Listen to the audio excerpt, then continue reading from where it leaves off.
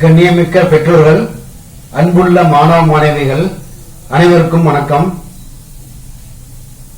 எங்கள் number 1 tutorial institute சார்பாகவும் number 1 stationary xerox சார்பாகவும் இந்த வீடியோவை நாங்கள் போடுறோம். இந்த வீடியோவில் வந்துட்டு சில முக்கியமான தகவல்களை உங்களிடம் ஷேர் பண்ணலான்னு இருக்கோம். என்ன அப்படின்னா NIOS 10th 12th state board, அதாவது தமிழ்நாடு அரசு தேர்வு, இதற்கும் நம்ம தொலைதூர கல்வி அதாவது NIOS இதற்கும் நிறையவே வித்தியாசம் இருக்கு. இது வந்து MHRD மூலமாக நடத்தக்கூடிய இந்த NIOS தேர்வு. இதுல வந்துட்டு நிறைய ஸ்டூடெண்ட்ஸ் எல்லாம் போன் பண்ணுவாங்க, மாணவ மாணவிகள் போன் பண்றாங்க. நிறைய பேர் போன் பண்ணி நாங்க மேல படிக்கணும், நான் 8th தான் முடிச்சிருக்கேன், 10th பண்ணணும், 10th முடிச்சிருக்கேன், +2 பண்ணணும் அப்படிலாம் கேட்டு நிறைய பேர் போன் பண்ணி இந்த வீடியோ பார்த்ததுக்கு அப்புறம் நிறைய பேர் போன் பண்றாங்க. அப்ப எங்களுக்கு ரொம்ப மகிழ்ச்சியா இருக்கு. பரவாயில்ல, நாங்க எங்க போற வீடியோ வந்து பிரயோஜனமா இருக்குன்றதை நாங்க தெரிஞ்சுக்கிட்டோம். மேலும் வந்து இந்த வீடியோவை ஷேர் பண்ணுங்க, லைக் பண்ணுங்க, கமெண்ட் பண்ணுங்க. இந்த NIOSல வந்துட்டு 10th எழுதணும் அப்படின்னா 9th போதுங்க, 10th எழுதிடலாம். 10th முடிச்சாச்சா +2 எழுதலாம். இப்ப ஸ்டேட் கவர்மெண்ட் வந்துட்டு 10th எழுதுறாங்க, 2 சப்ஜெக்ட் ஃபெயில் ஆயிடுச்சு சார், 10 தடவை எழுதிட்டேன் ஆனா இன்னும் பாஸ் ஆகல சார் அப்படின்னு சொல்லும்போது எங்களுக்கே மனசு கஷ்டமா இருக்கு. என்ன காரணம் அப்படின்னா சரியான வந்து ஒரு வழிமுறையில வந்து படிக்க முடியல பிள்ளைங்கனால. ஒன்னு டியூட்டர் இன்ஸ்டிடியூட் போகணும், இல்ல அவங்களா முயற்சி செஞ்சு படிக்கணும். அப்படி படிக்கும்போது அவங்க பிள்ளைலாம் வந்து முயற்சி படிக்கும்போது கூட அந்த வந்து சில நிறைய வந்து தெரியாம போயிடுது. அவங்களுக்கு நிறைய வந்து மேக்ஸிமம் பாத்தீங்கன்னா அதை செஞ்சு பார்க்கணும், அதை சொல்லிக் கொடுக்கக்கூடிய ஆள் வேணும். இது ரெண்டுமே இல்லாதனால என்ன செய்யறாங்க, அவங்க அது புரிஞ்சு எழுத முடியலனால அதனால ஃபெயில் ஆகிறாங்க. அந்த மாதிரி நிறையவே ப்ராப்ளம் இருக்குது. அதாவது ஸ்டேட் போர்டில் இந்த மாதிரி எக்ஸாம், விடுபட்ட எக்ஸாம் எழுதும் போது நிறைய பிரச்சனைகள்லாம் சந்திக்கிறாங்க. அது சில பேர்ல வந்து ரொம்ப வருஷத்துக்கு முன்னாடி முடிச்சிருப்பாங்க, 2 சப்ஜெக்ட் தான் அப்புறம் எழுதிக்கலாம் எழுதிட்டு இருப்பாங்க. அப்படி எழுதிட்டு இருக்கும்போது எழுதணும்னு நினைக்கும் போது பல வருஷங்கள் கடந்து போயிடும். இப்ப நம்ம வீடியோ பார்க்கும்போது அதான் நம்ம எழுதணுமே அப்படின்னு அவங்களுக்குள்ள ஒரு ஆர்வம் வந்துருது. அப்படி போய் எழுதும் போது என்ன செய்யறாங்க, சிலபஸ் எல்லாம் மாறிடும். அப்ப இருக்க சிலபஸ் வேற, இப்ப இருக்க சிலபஸ் வேற. அதனால அதெல்லாம் நிறைய மாற்றங்கள்லாம் இருக்கிறதுனால என்ன ஆகுது அப்படின்னா, பிள்ளைய படிக்கிறதுக்கு மாணவ மாணவிகள், ஏதாவது பெரியவங்களுக்கும் சரி, இப்ப படித்துக் கொண்டிருக்க மாணவ மாணவிகளா இருந்தாலும் சரி, அதனால என்ன செய்ய முடியல, அந்த சப்ஜெக்டை கிளியர் பண்ண முடியல. அப்ப என்ன சார் வேற என்ன சார் வழி? இப்ப கூட ஒருத்தர் வந்து இந்த நவம்பர் அக்டோபர் பேஜில் வந்து அப்ளை பண்றதுக்கு வந்திருந்தாங்க. அந்த ஸ்டூடெண்ட் கூட சொன்னாங்க, சார் நான் வந்து அவங்க வந்து 2008 வந்து பிறந்திருக்காங்க, இப்ப 2014 நான் எழுதிட்டேன், 16 20 எழுதிட்டேன் நான், இப்ப நான் திருப்பி வந்து எக்ஸாம் எழுதணும், 10th எழுதணும்னு சொல்லி ஆர்வம் வர்றாங்க.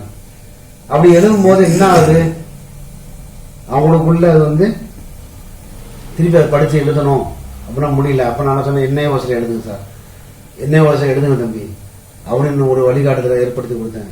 அவர் ரொம்ப சந்தோஷப்பட்டு, இவ்வளவு நல்ல ஒரு விஷயத்தை எங்களுக்கு சொல்லிக்கிங்க, எங்களுடைய வாழ்க்கை கதவை திறந்து வச்சுட்டீங்க அப்படின்ன மாதிரி அவர் ரொம்ப சந்தோஷப்பட்டாங்க. அப்படி நமக்கு சந்தோஷம் கிடைக்கும். இன்னொரு விஷயம், சந்தோஷம் நம்ம கிடைக்கிறது கட்டும் ஒரு பெரிய சொத்து. அதாவது கல்வி அப்படிங்கறது வந்து பெரிய ஒரு சொத்துங்கிறது முதல் மாணவ மாணவிகள் உணரணும், உணர்ந்துட்டே இருக்காங்க. அந்த சொத்தை யாராலும் பறிக்க முடியாது, அழிக்க முடியாதுங்கிறது அதுவும் தெரிஞ்சுக்கிறாங்க, எல்லாத்துக்கும் தெரியும். அப்படி இருக்கும்போது அந்த சொத்தை நம்ம கொடுக்குறோம் அப்படின்றப்ப நமக்கு எவ்வளவு சந்தோஷமா இருக்கும் பாருங்க. அதனால மாணவ மாணவிகள் நல்லா வெளியில வளர்ந்து வரணும், மேலோட்டு படிக்கணும், மேல படிக்கணும்.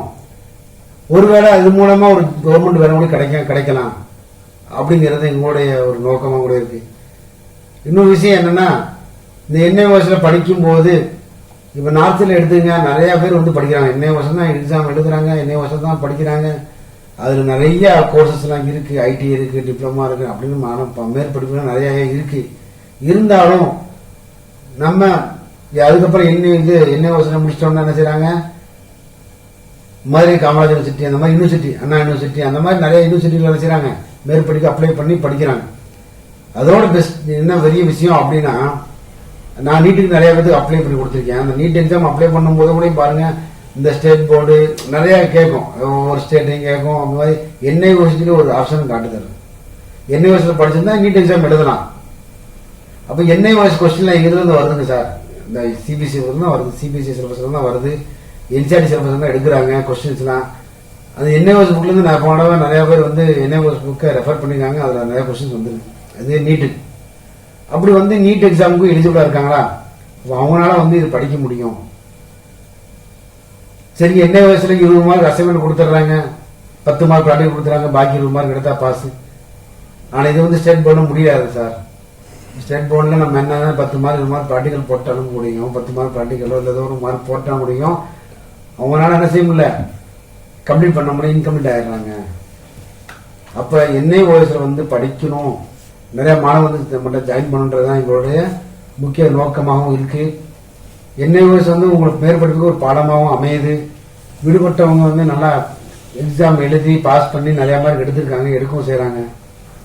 அது மாதிரி நிறையவே வந்து நம்ம என்ன சொல்லலாம், மாணவர்கள் வந்து படிக்கல ஆர்வத்தில் காட்டுட்டு இருக்காங்கிறத நாங்கள் தெளிவுபடுத்துறோம். மேலும் வந்து ஸ்டேட் போர்டில் படிக்க முடியல அப்படின்றவங்க ஒரி பண்ண வேண்டாம், தாராளமாக எங்களை இம்மிடியேட்டா தொடர்பு கொண்டு எங்களுடைய மொபைல் நம்பர் டிஸ்கிரிப்ஷனில் கொடுப்போம். அதே மாதிரி உங்களுக்கு தேவைப்பட்டுச்சுன்னா அந்த என்ஐஓஎஸ் லிங்க் கூட அனுப்புகிறோம். அதை கூட நீங்கள் பார்த்துட்டு ப்ராஸ்பெக்டஸ்லாம் பாருங்கள், எப்படி என்னென்ன தெரிஞ்சுட்டு நீங்கள் தாராளமாக வந்து படிக்கலாம். ஒரு அருமையான வாய்ப்பாக இருக்குங்கிறத அதை பயன்படுத்திங்க. மாணவ மாணவிகளுக்கு மத்தியில் இதை கொண்டு போய் சேர்க்கணுன்றதா எங்களுடைய குறிக்கோளாக கூட இருக்குது. அதே மாதிரி மதுரையும் எடுத்துகிட்டு முன்னாடி 2 சென்டர் தான் இருந்துச்சு, இப்போ 3 சென்டர் ஆயிடுச்சு. 3 சென்டரில் வந்து இங்கே சென்டர் தராங்க, எக்ஸாம் சென்டர் இருக்குது. நிறைய கோயம்புத்தூர்லாம் எடுத்துன்னா 10-15 இருக்குது, சென்னை எடுத்துன்னா அது மாதிரி நிறையா இருக்குது. அது மாதிரி நிறையா ஸ்டடி சென்டர்லாம் இப்போ வந்துருச்சு, கொடுத்துட்றாங்க, ரிகனைஸ் கொடுத்துட்றாங்க. அதனால் நீங்கள் பயப்பட தேவையில்லை. எங்கேனாலும் நீங்கள் ப்ராக்டிக்கல் அசைன்மெண்ட் தியரி சப்மிட் ஆன்லைனில் சப்மிட் பண்ணலாம், ப்ராக்டிக்கல் எக்ஸாம் எழுதலாம். இது மாதிரி நிறையாவே வந்து நீங்கள் பண்ண முடியும். அன்புள்ள மாணவர்கள் அனைவரும் இதை வாய்ப்பை பயன்படுத்தி நல்ல மதிப்பெண் எடுக்கணும் அப்படிங்கிற வாழ்த்துக்களையும் பாராட்டுகளையும் கோரி எங்கள் இன்ஸ்டியூட் சார்பாக நன்றி தெரிவித்துக் கொள்கிறோம். நன்றி, வணக்கம்.